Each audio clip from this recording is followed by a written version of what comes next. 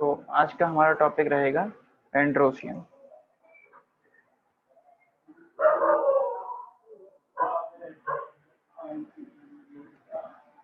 Androecium और यदि जो एंड्रोसियम की बात करें तो एंड्रोसियम को हम लोग बोलते हैं it is the whorl of stamen. It is the whorl of stamen. ये स्टेमन का गुच्छा होता है। और स्टेमन क्या है? स्टेमन है आपका फ्लावर का मेल रिप्रोडक्टिव पार्ट। तो हम ये बोल सकते हैं स्टेमन इज मेल रिप्रोडक्टिव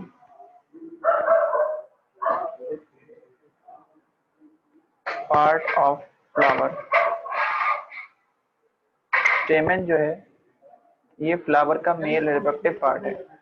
अब यदि आगे बात करें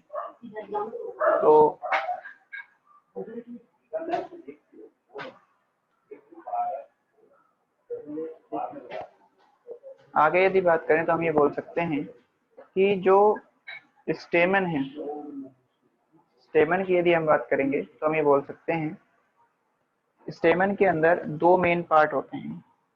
डायग्रामेटिकली हम इसे समझते हैं। एक तो ये जो कि जनरली बाइलोब स्ट्रक्चर होता है, इस बाइलोब स्ट्रक्चर को बोला जाता है एंथर। It is anther. और एंथर के साथ यहाँ पर एक सिलिंड्रिकल पार्ट अटैच रहेगा जो कि इसको फ्लेक्सिबिलिटी प्रोवाइड कराएगा। और इस स्ट्रक्चर को बोलते हैं हम लोग, ये कहलाता है फिलामेंट। तो एक स्टेमन में दो मेन पार्ट हैं, एंथर और filament. One is anther, second is filament. Filament क्या करता है? Provide flexibility. सर थोड़ी जोर से बोल लो। Filament provide flexibility to the anther. ये इस एंथर को फ्लेक्सिबिलिटी देगा। एंथर जो है जनरली आपको क्या दिखाई दे रहा है? बाइलोब दिखाई दे रहा है। इसमें दो लोब दिख रहे हैं, एक ये और एक ये। तो हम यहाँ पर लिख सकते हैं कि anther is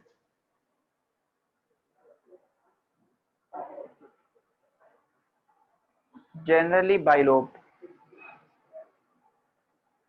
generally anther bilobe होता है, लेकिन कुछ प्लांट ऐसे हैं, कुछ फ्लावर ऐसे हैं जिनके अंदर एंथर एक ही लोब का होता है, यानी कि यूनिलोब होता है। तो यदि जो बाइलोब है तो इसको एक टर्म दी गई है, इसे बोला गया है डाइथीकस। ठीक है, बाइलोब के लिए टर्म यूज की गई है डाइथीकस। और यदि एक ही रहे इसमें लोब एंथर के अंदर, तो सम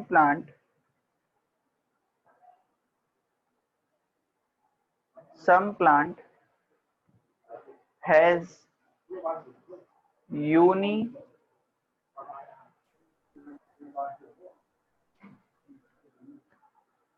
कुछ प्लांट ऐसे हैं जिनमें यूनिलोब एंथर है, और इसे क्या बोलते हैं? इसको टर्म दी गई है मोनोथीकस। और ये किस में देखा जाता है? इसका एग्जांपल देख लो। ये देखा जाएगा मालविएसी फैमिली के मेंबर्स के अंदर।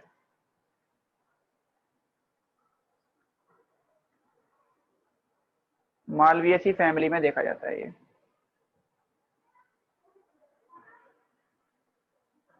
ठीक है, तो ये हमने बात कर ली। अब जो दो एंथर होते हैं, ये आपस में जो दोनों लोब हैं एंथर के दोनों लोब। हाँ जी बोलिए। एंथर के दोनों लोब आपस में अटैच रहते हैं, कनेक्ट रहते हैं एक दूसरे के साथ with the help of special tissue, और उस टिश्यू का नाम है कनेक्टिव। तो हम यहाँ लिख देते हैं both the lobes of anther connected with each other by a tissue called, tissue का नाम है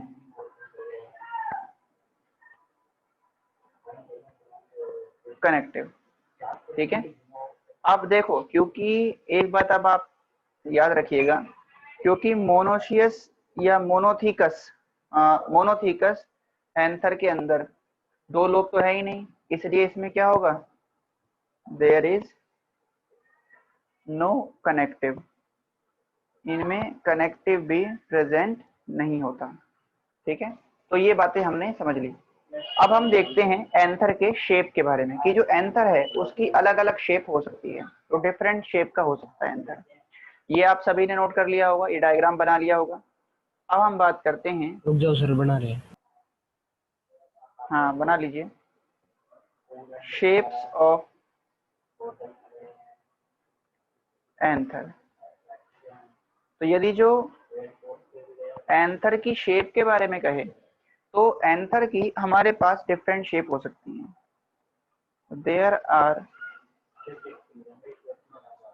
there are different shapes of anther, और वो क्या क्या हो सकती हैं, इसमें सबसे पहला है बीन शेप हो सकता है एंथर, किडनी शेप का, और इसको बोलते हैं रेनिफॉर्म एंथर।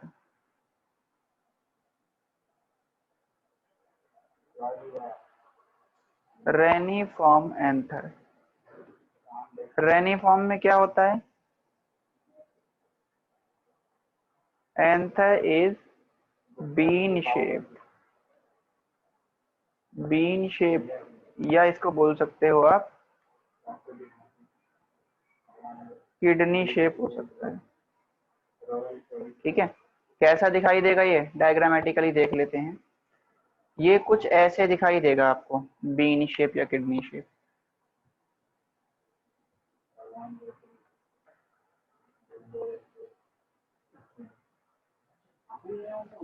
कुछ ऐसा रहेगा, अंदर किडनी शेप रहेगा, और इसके साथ ये आपका अटैच रहेगा क्या, फिलामेंट।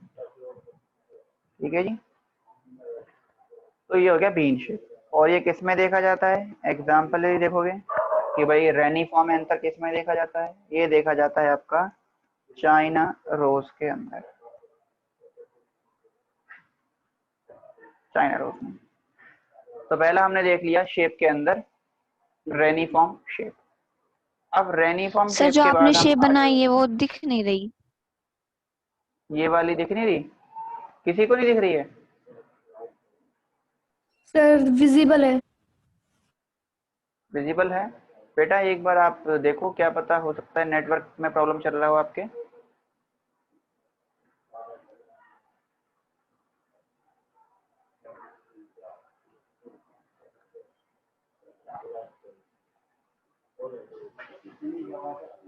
चलिए अब हम आगे बात करते हैं।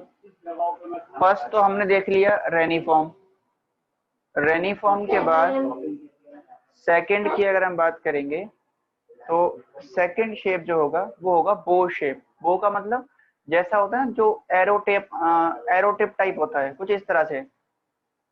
आपने वो देखे होंगे, तीर देखे होंगे रामायण के अंदर, उस तीर की नोक के जैसे होंगे, तो जिस तरह से होंगे। डायग्राम बना देते हैं पहले, फिर समझेंगे। इस तरह से होगा कुछ, ये हो गया, इन्हें बोलते हैं बो शेप, बो शेप या फिर एरोटिप शेप। जी हर्षित बोलिए। सर ये रेनिफॉर्म एंथर ये मोनोथिकस होता है सर? नहीं नहीं, अच्छा हाँ, मालवेसी फैमिली में ना, हाँ ये वाला मोनोथिकस होगा। चाइना रोज उसमें आता है ना, किस में आता है चाइना रोज, मालवेसी फैमिली में आता है ना, मोनोथिकस होगा। अब देखिए, इसके बाद ये हो गया आपका बो शेप या एरोटिप शेप, और इसमें ये हो गया फिलामेंट, ये हो गया आपका एंथर। तो यहाँ पर हम बोल सकते हैं कि यदि ये एरो टिप शेप रहे तो इसको नाम दिया गया है सैगिटेट एंथर। इसमें एंथर कैसा है? एंथर इज बो शेप।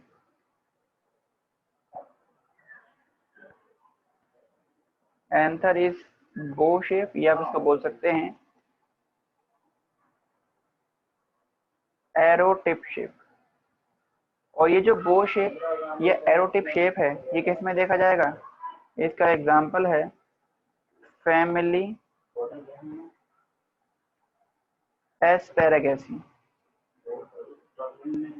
फैमिली एस्पेरागेसी, जिसमें एग्जांपल है एस्पेरागस। ठीक है, एस्पेरागेसी में आता है एस्पेरागस। इसके बाद थर्ड वन और देख लेते हैं, ये बहुत पूछा जाता है, तीसरा वाला जो है। थर्ड वन है कि यदि एंथर जो है वो एस शेप रहे तो उसको बोलेंगे साइनुअस। साइनुअस इसमें कैसा होता है? Anther is S shaped. इसमें एंथर ना एस शेप रहता है, और डायग्राम देखोगे यदि तो कैसा दिखाई देगा? तो एस शेप की तरह दिखाई देगा आपको, कुछ ऐसे दिखाई देगा।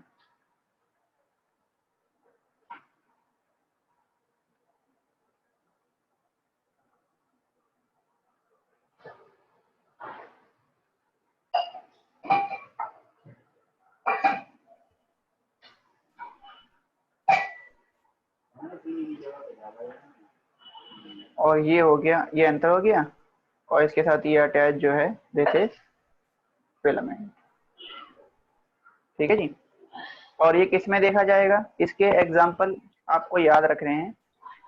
ये देखा जाता है कुकुरबिटेसी फैमिली के अंदर।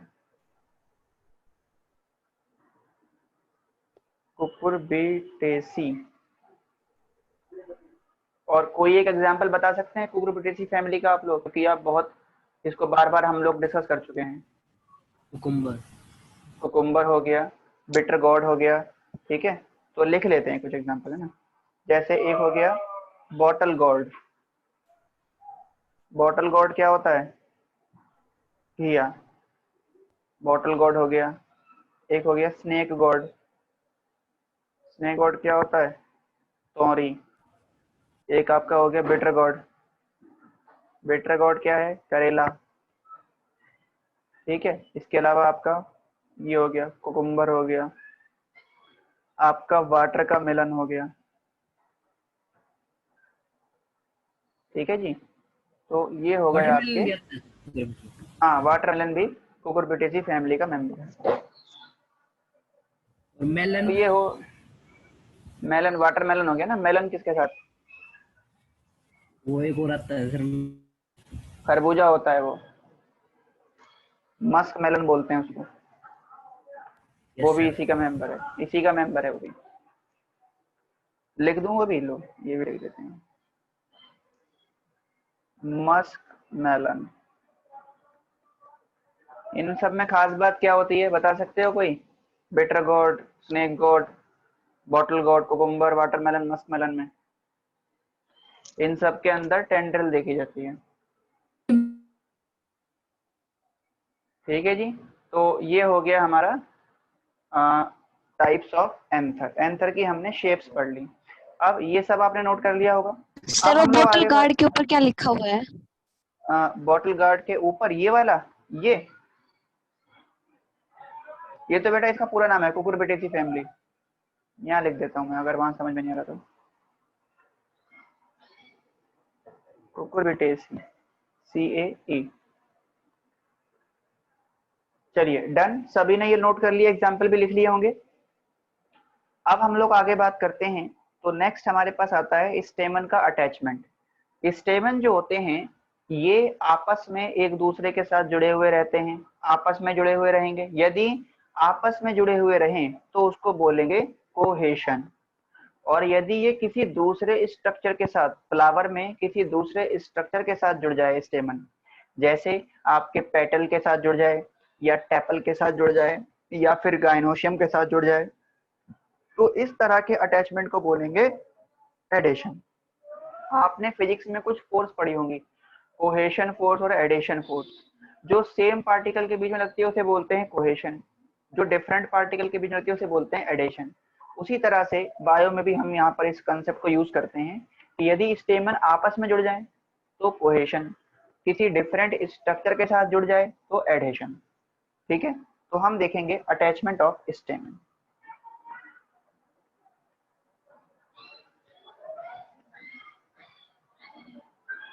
अब यहाँ बात करते हैं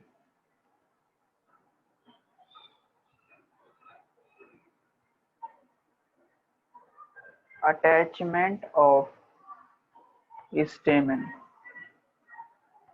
स्टेमन का अटैचमेंट। यदि जो स्टेमन के अटैचमेंट की बात करें तो स्टेमन दो तरह के अटैचमेंट शो करता है। It show two types of attachment, ये दो तरह के अटैचमेंट शो करेगा, जिसमें नंबर 1 है सबसे पहला कोहेशन।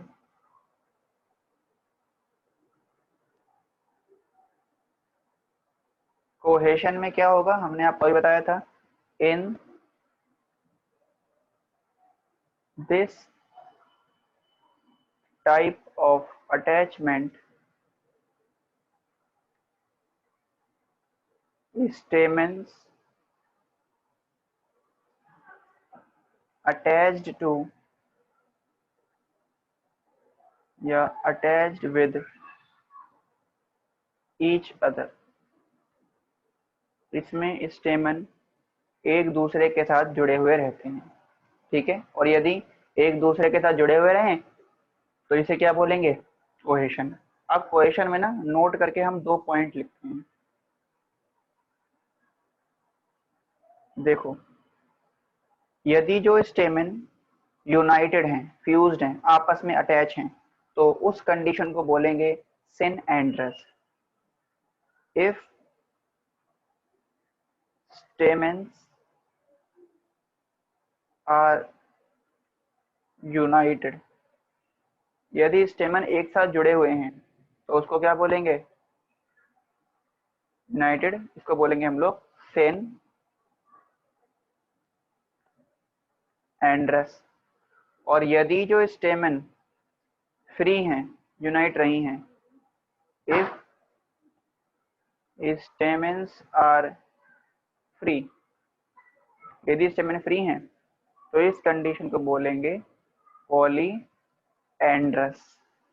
जो एंड्रस टर्म है ये यूज की जाती है फ्लावर के मेल रिप्रोडक्टिव स्ट्रक्चर के लिए। अगर जुड़े हुए हैं स्टेमन तो सिनएंड्रस, अगर फ्री हैं तो पॉलीएंड्रस। और जिस स्टेमन में कोई गैमेट नहीं देखे जा रहे, ऐसा स्टेमन कहलाता है स्टेमी नोड। ये बात आपको याद रखनी है। ठीक है, तो इसको डबल स्टार मार्क करके हम लिख रहे हैं कि a sterile stamen is called staminode। अच्छा, ये बताइए कि फ्लावर में या एंजियोस्पर्म प्लांट में मेल गैमेट क्या होता है, पोलन ग्रेन।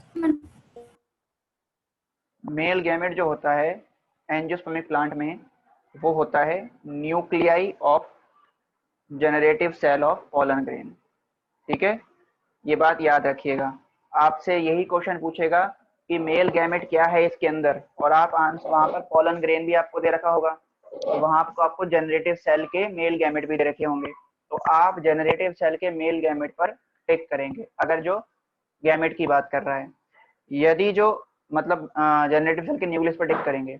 और यदि जो आपसे पूछेगा प्लांट के अंदर मेल गैमेटोफाइट क्या है, किसी प्लांट में, एंजियोस्पर्मिक प्लांट में मेल गैमेटोफाइट क्या होता है, तब आंसर करेंगे pollen grain. Pollen grain male gametophyte है, मतलब एक ऐसा स्ट्रक्चर है पोलन ग्रेन जिसके अंदर मेल गैमेट देखे जाते हैं। जिसके अंदर गैमेट रहें वो कहलाता है गैमेटोफाइट। ठीक है, चलिए तो ये सारी बातें हमने समझ ली जी। सारिका कहिए। सर ये जो आपने अभी गैमेट बताया वो क्या बताया था आपने? मैंने ये बताया कि यदि क्वेश्चन आपके पास आता है और क्वेश्चन में ये पूछता है कि एंजियोस्पर्मिक प्लांट के अंदर मेल गैमेट क्या होते हैं, ठीक है, और ऑप्शन में आपको मान लो उसने पोलन ग्रेन भी दे दिया, ऑप्शन में उसने आपको दिया है न्यूक्लियाई ऑफ जनरेटिव सेल, तो आप आंसर करेंगे nuclei of generative cell. Generative cell के जो न्यूक्लियाई हैं वही मेल गैमेट होते हैं एंजियोस्पर्मिक प्लांट के। और यदि आपसे क्वेश्चन में पूछ रहा है मेल गैमेटोफाइट क्या है एंजियोस्पर्मिक प्लांट के अंदर, तो आप बोलोगे कि जो गैमेटोफाइट है वो है पोलन ग्रेन। ये सारी बातें ना मैं अभी आपको आगे हम लोग पढ़ेंगे। हमने थर्ड चैप्टर में कुछ इस पे डिस्कशन किया भी था। थर्ड चैप्टर देखेंगे तो एक टेबल बनवाई थी मैंने आपको, उस टेबल में आपको ये सारी बातें लिखवाई हुई हैं। चलिए आगे हम बात करते हैं अब। तो कोहेशन की यदि बात कर रहे हैं, कोहेशन में हमने क्या समझा कि इसमें स्टेमन एक दूसरे के साथ क्या रहते हैं, अटैच रहते हैं। तो यदि स्टेमन एक दूसरे के साथ अटैच रहेंगे तो उस तरह का अटैचमेंट कहलाएगा कोहेशन। अब कोहेशन में हमारे पास अलग अलग टाइप के हो सकते हैं, तो यहाँ समझ लेते हैं हम types of cohesion.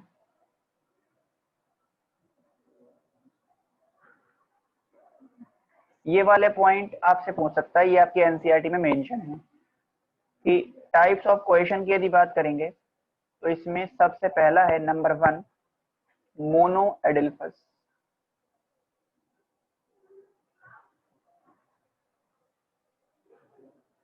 Mono एडिल्फस, mono एडिल्फस का मतलब क्या है? मोनो एडिल्फस का मतलब है कि इसमें सारे स्टेमन एक साथ फ्यूज हो जाएंगे और फ्यूज होकर एक सिंगल बंडल बना लेंगे, तो वो कहलाएगा मोनो एडिल्फस। तो इसमें हम लिख सकते हैं stamen, stamens united to form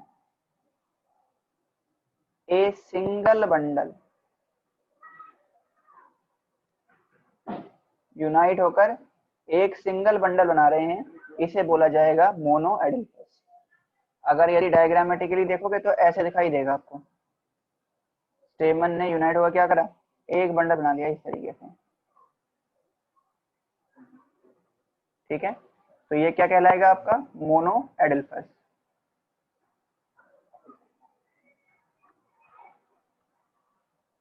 एक तो डायग्रामेटिकली ऐसे देख सकते हैं और एक इसको डायग्रामेटिकली इस तरह से भी देख सकते हैं।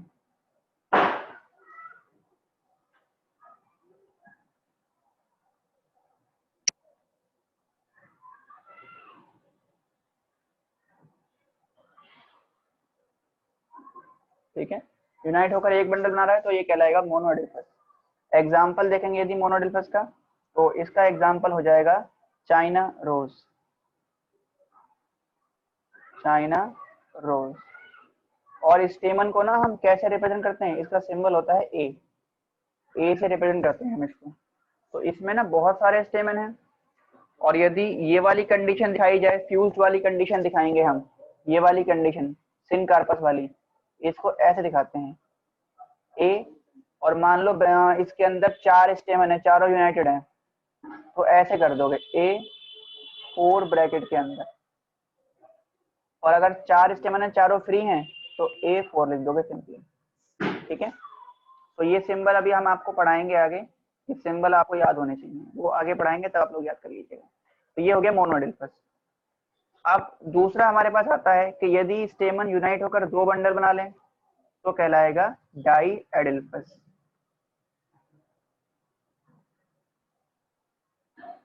तो डाई एडिल्फस बहुत सिंपल है, क्या होता है, stamens united to form 2 bundle ये यूनाइट होकर 2 बंडल बना लेंगे, तो क्या कहलाएगा ये डाइएडल्फस। इसका एग्जाम्पल देखोगे यदि डाइएडल्फस का, तो इसका एग्जाम्पल आ जाएगा आपके पास में मटर। मटर में ना ये कंडीशन देखी जाती है, जो एंड्रोसियम है या स्टेमन है वो 9 तो एक साथ रहते हैं और एक अलग रहता है, ठीक है। तो इसमें टोटल 10 स्टेमन होते हैं, 9 एक साथ मिलके एक बंडल बनाते हैं और एक जो है वो अलग रहता है। अब इसके बाद हमारे पास आएगा तीसरा पॉलीएडेल्फस, ये आपने लिख लिया होगा। अब हम बात करते हैं पॉलीएडेल्फस के बारे में।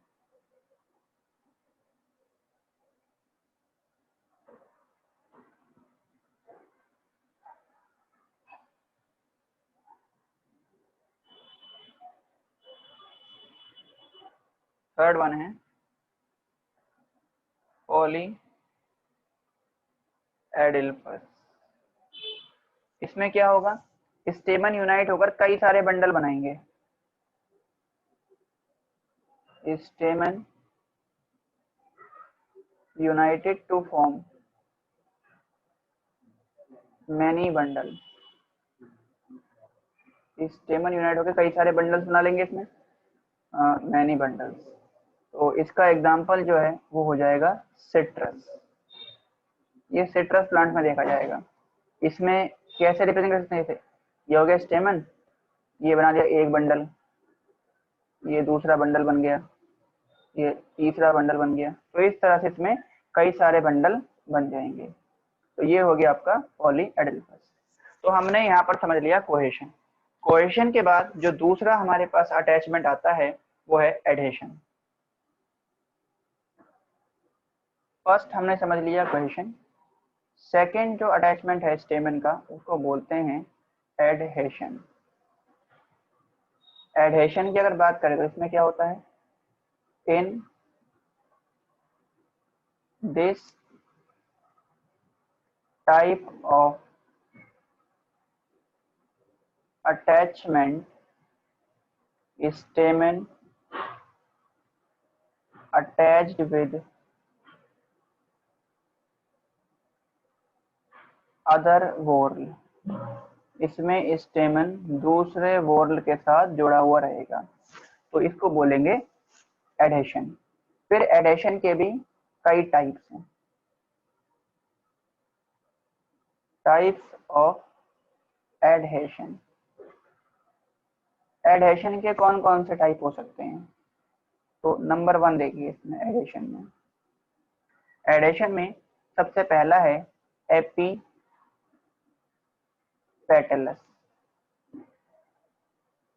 एपीपेटलस का मतलब है कि यदि जो स्टेमन है वो पेटल के साथ जुड़ा हुआ रहे, पेटल्स के साथ जुड़ जाए तो उसको बोलेंगे एपीपेटलस। तो इसमें हम लिख सकते हैं स्टेमन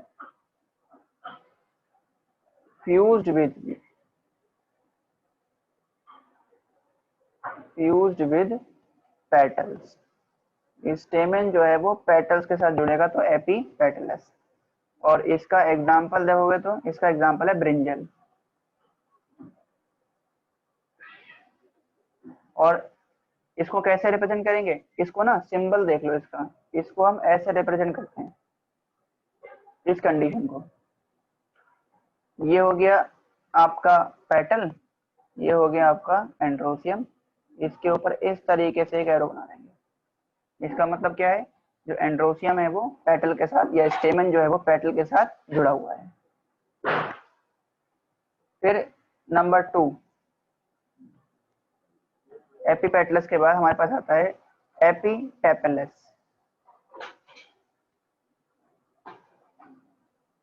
एपीटेपलस या इसको बोलते हैं एपीपाइलस। आप लोगों को नाम से ही आइडिया हो रहा होगा, एपीटेपलस मतलब इसमें क्या होगा, पेरियंथ। स्टेमन, हाँ स्टेमन फ्यूज्ड विद पेरियंथ लिख सकते हो या फिर टेपल लिख सकते हो। इसमें स्टेमन टेपल्स के साथ जुड़ा हुआ रहता है। और इसका यदि देखेंगे एग्जांपल तो लिली। इसका एग्जांपल क्या होगा, लिलिएसी फैमिली। क्योंकि पेरियंथ किस में देखा जाता है, सिर्फ लिली में देखा जाता है, लिलिएसी फैमिली में देखा जाता है। और इसका सिंबल हम कैसे रिप्रेजेंट करेंगे, इसका सिंबल हम बना सकते हैं, ये हो गया पेरियन, ये हो गया आपका एंड्रोसियम या स्टेमन, और ये इसके साथ इस तरीके से जुड़ा हुआ है। अब इसके बाद थर्ड वन हमारे पास आता है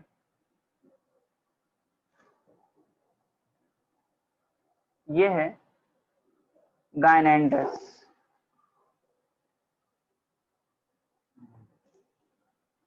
गायनेंड्रस गायनेंड्रस की यदि बात करेंगे तो गायनेंड्रस में जो स्टेमन है वो किसके साथ जुड़ा हुआ रहेगा? Stamen fused with carpel. Gynandrous मतलब गायनोसियम की बात हो रही है ना, और एंड्रस मतलब स्टेमन, तो स्टेमन किससे जुड़ा हुआ है? स्टेमन जुड़ा हुआ है कार्पेल से। इसका एग्जांपल देखेंगे तो इसका एग्जांपल आ जाएगा कैलोट्रोपिस। कैलोट्रोपिस, और इसका सिंबल क्या होगा? सिंबल देख लीजिए, जी हो गया, ये गायनोसियम, ये कार्पेल, ये स्टेमन, और ये आपस में ऐसे अटैच रहेंगे। तो ये हमने समझ लिए आपके एडेशन। एडेशन कंप्लीट हो गया। तीन तरह का एडेशन है, एपिटेपलस, एपिपेटलस एंड गायनेंड्रस। अब इसके बाद हम लोग आगे बात करते हैं तो हम समझते हैं स्टेमन की लेंथ के बारे में। तो स्टेमन की लेंथ भी डिफरेंट डिफरेंट टाइप की हो सकती है, और उस लेंथ के बिहाफ पे हमने स्टेमन को अलग अलग कैटेगरी में बांटा है। चलिए, ये नोट कर लिया होगा सभी ने। अब हम बात करते हैं length of the स्टेमन।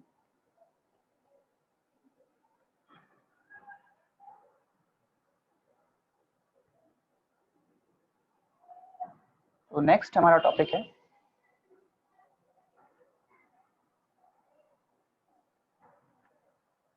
Length of स्टेमन। Length of स्टेमन, स्टेमन के यदि जो लेंथ की बात करेंगे तो स्टेमन का लेंथ जो है वो डिफरेंट टाइप का हो सकता है, वेरी कर सकता है, और इस लेंथ के बिहाफ पे हमने स्टेमन को तीन स्पेसिफिक कैटेगरी में डिवाइड किया है। तो ऑन द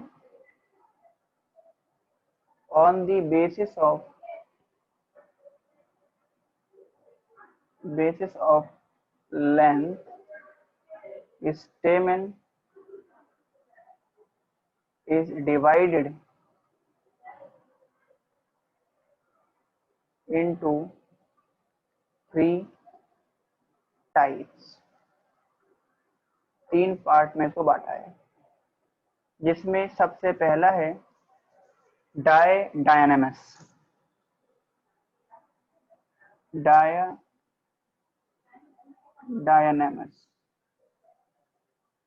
डायडायनेमस, यदि जो डायडायनेमस की बात करेंगे तो डायडायनेमस में, अच्छा यहाँ पर ए नहीं आएगा इसमें। डायडायनेमस में क्या होगा, इसके अंदर टोटल 4 स्टेमन होते हैं, जिसमें 2 स्टेमन तो शॉर्ट होंगे, 2 स्टेमन लॉन्ग होंगे। तो इसमें क्या होगा, there are 4 stamen, there are 4 stamen in which 2 are short and 2 are long। 2 short है और 2 लॉन्ग है। बना के देखते हैं जरा।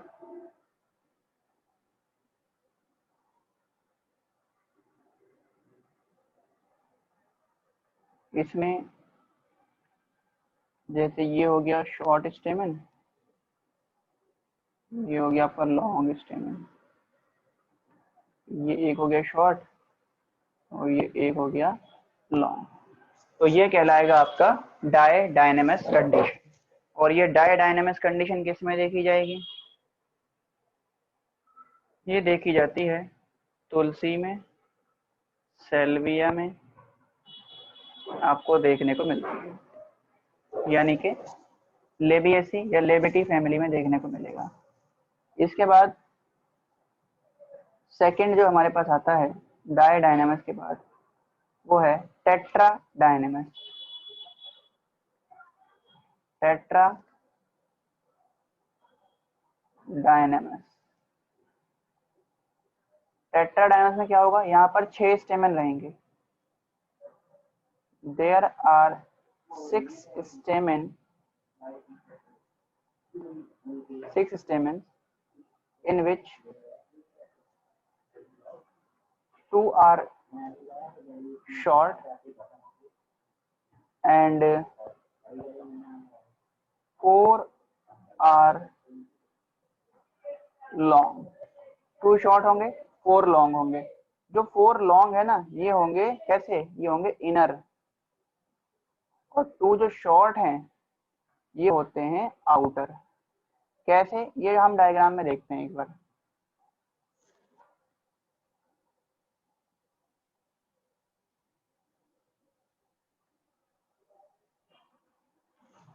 इसमें देखिए, जैसे आउटर में एक तो ये हो गया शॉर्ट स्टेमन, एक ये हो गया शॉर्ट स्टेमन, और बीच में 1 2 3 4 4 स्टेमन बीच में हो गए जो कि लॉन्ग है। तो ये हो गया आपका टेट्रा डायनेमस कंडीशन।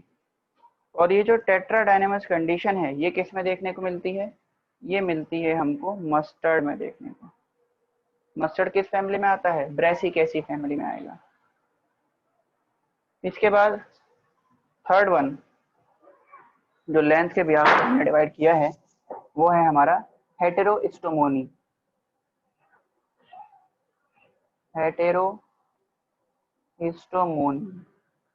हेटेरोस्टोमोनी में इसमें कई सारे एंथर होते हैं और सबकी लेंथ डिफरेंट होती है।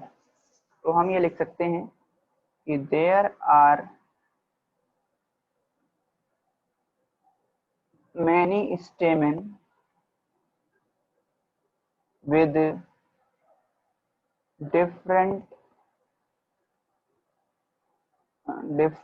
लेंथ। इनकी लेंथ अलग अलग रहेगी। इसको हम डायग्रामेटिकली ऐसे समझ सकते हैं, जैसे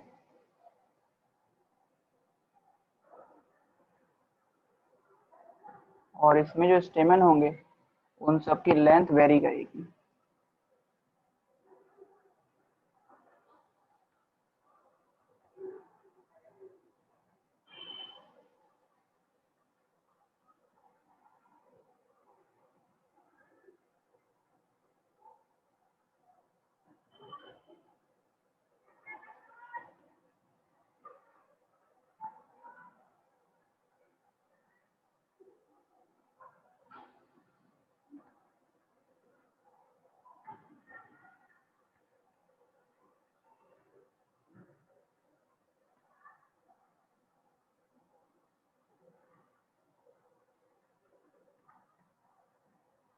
तो इसमें आप देख रहे हैं कई सारे स्टेमन हैं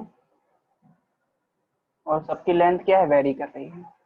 और इसका यदि एग्जांपल देखेंगे तो इसका एग्जांपल है अमलतास, मतलब केशिया फिस्टुला, जिसे हम बोलते हैं अमलतास। तो ये हमने देख लिए लेंथ ऑफ द स्टेमन। स्टेमन की अलग अलग लेंथ के बारे में बात कर ली हमने, तो ये आपने नोट कर लिया होगा, बना लीजिए इस डायग्राम को। इसके बाद हम कुछ पॉइंट्स आपको एंथर के बारे में बता देते हैं। एंथर के कुछ इंटरनल स्ट्रक्चर के बारे में हम आपको बता देते हैं, क्योंकि बाकी का जो पोर्शन है एंथर के बारे में वो हमें रिप्रोडक्शन वाले सेक्शन में हम उसको डिटेल में पढ़ेंगे। बस एक थोड़ा सा आउटलुक उसका हम देख लेते हैं। चलिए थोड़ा सा हम बात करते हैं अब एंथर के बारे में।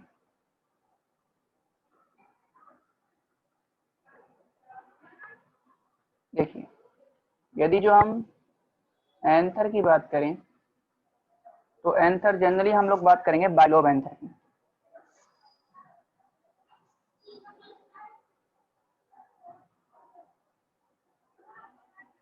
एंथर कुछ इस तरह से दिखाई देगा आपको।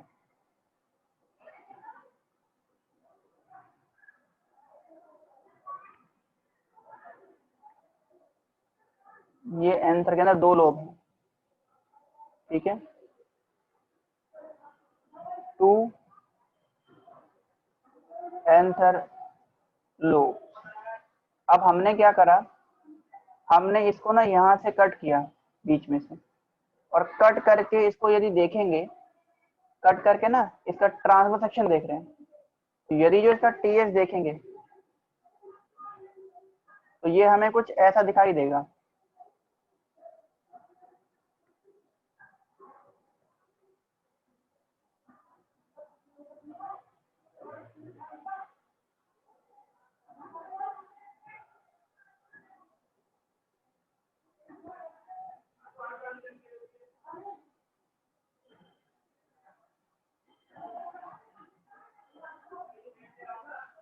इसमें आपको ये 4 हर एक लोब में, ये हो गया इस तरीके से है ना, ये वाला एक लोब हो गया और ये दूसरा लोब हो गया। ठीक है, ये हो गया इसका एक लोब।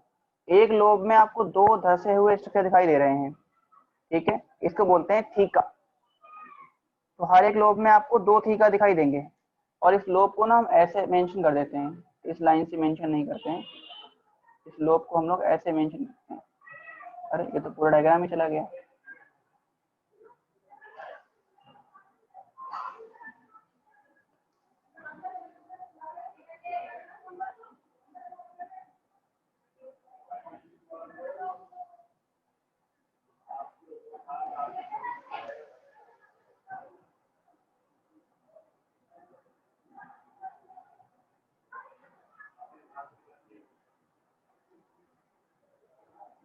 ये वाला पूरा ये हो गया 1 एंथर लोब।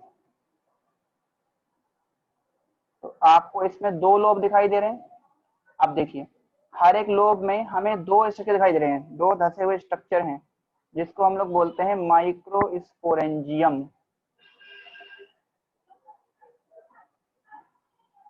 तो हर एक के अंदर आपको ऐसे 2 स्ट्रक्चर दिखाई देंगे, जिनको बोला जाएगा माइक्रोस्पोरेंजियम। ये कहलाते हैं माइक्रोस्पोरेंजियम। और इन माइक्रोस्पोरेंजियम में क्या होता है, इनके अंदर देखी जाती हैं ये कुछ सेल्स। ये सेल्स कहलाती हैं माइक्रोस्पोर मदर सेल। ठीक है, ये जो माइक्रोस्पोर मदर सेल है, इनमें होगा मियोसिस। मियोसिस से इनमें क्या बनेंगे, इनसे बनेंगे माइक्रोस्पोर। और जो माइक्रोस्पोर हैं फिर ये डेवलप होंगे, और डेवलप होकर क्या बनाएंगे, डेवलप होकर ये बना लेंगे पोलन, POLLEN, पोलन ग्रेन। और ये जो पोलन ग्रेन है, यही क्या है इसके, यही है मेल गैमेटोफाइट, मेल गैमेटोफाइट। और पोलन ग्रेन के अंदर जब डिवीजन होगा, इसमें डिवीजन होगा, और कैसा होगा डिवीजन, इसमें माइटोसिस होगा। तो इस पोलन ग्रेन से बन जाएंगे आपके मेल गैमेट। तो पोलन ग्रेन के अंदर होते हैं मेल गैमेट। ठीक है, पोलन ग्रेन के अंदर मेल गैमेट देखे जाते हैं। अब देखो, हर एक लोब के अंदर आपको 2 थीका दिखाई दे रहे हैं, धसे हुए स्ट्रक्चर को बोल रहे हैं थीका। तो हम यहाँ लिख देते हैं एक पॉइंट नोट करके, each lobe of anther has 2 theca. हर एक लोब के अंदर 2 थीका हैं। हैंस, और देखो एक लोब में 2 थीका हैं, तो यहाँ पर कितने, 2 लोब हैं, तो कितने हो गए, 4 हो गए। तो हम ये बोल सकते हैं हैंस ए बाइलोब्ड स्टेमन या एंथर इज टेट्रास्पोरेंजिएट स्ट्रक्चर, या इज टेट्रास्पोरेंजिएट। इसलिए हर एक बाइलोब एंथर टेट्रास्पोरेंजिएट होता है। 1 2 3 4, इसमें 4 माइक्रोस्पोरेंजिया देखे जाते हैं। और हर एक एंथर के अंदर जो लोब है उस लोब में क्या देखे जा रहे हैं, पोलन सैक या पोलन चैम्बर देखे जाते हैं। तो ये जो माइक्रोस्पोरेंजियम है इनको एक नाम और दिया गया है, these are called pollen chamber. इन्हीं को हम पोलन चैम्बर या फिर पोलन सैक बोलते हैं। सैक मतलब थैला जिसके अंदर पोलन ग्रेन रहेंगे। ये सारी बातें क्लियर हो गई। तो ये हमने समझ लिया एंथर के बारे में। ठीक है जी, तो इसको आप नोट कर लीजिएगा डायग्राम को। यही डायग्राम हम लोग आगे जब पढ़ेंगे, जब हम लोग 12th क्लास में जाएंगे, वहां पर हम लोग पढ़ेंगे सेक्सुअल रिप्रोडक्शन और इन फ्लावरिंग प्लांट, तो वहां पर हम इसको और डिटेल में समझेंगे। एक छोटा सा पॉइंट आप और समझ लीजिए, यदि जो हम बात करेंगे एक पोलन सैक की, तो उसमें 4 लेयर होती हैं।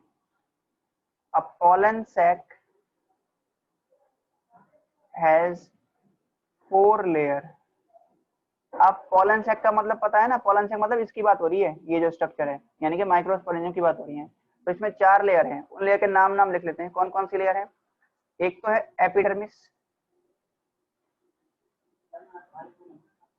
एपिडर्मिस, दूसरी है एंडोथीसियम, तीसरी है मिडल लेयर, और फोर्थ वन है इनर मोस्ट टेपेटम। ये बहुत इंपॉर्टेंट है, इट इज इनर मोस्ट, सबसे अंदर वाली लेयर है टेपेटम। ठीक है जी, तो यहाँ पर हमारा आज कंप्लीट हो जाता है एंड्रोसियम। तो हमने एंड्रोसियम पूरा कर लिया और इसी के साथ हमारा फ्लावर भी कंप्लीट हो गया। फ्लावर हमने पढ़ लिया है। अब नेक्स्ट क्लास में हम लोग पढ़ेंगे फ्रूट। तो आज आपकी एक लाइव क्लास होगी शाम को, मैं लिंक आपके व्हाट्सएप ग्रुप पर भी और आपके इस पे टेलीग्राम ग्रुप के ऊपर और कैंपस प्रो ऐप के ऊपर अवेलेबल करा दूंगा। तो आप लोग शाम को उस क्लास को ज्वाइन करेंगे। क्लास की टाइमिंग रहेगी सर आपकी, कितने बजे होगी? हाँ बता रहा हूँ, क्लास की टाइमिंग रहेगी आपकी 5 से 6, 1 घंटे की क्लास होगी और उसमें हम लोग फ्रूट कवर करेंगे। क्लास मिस मत करिएगा। मैं 12 साढ़े 12 के आसपास आपके पास कैंपस प्रो ऐप का लिंक शेयर कर दूंगा। Thank you so much.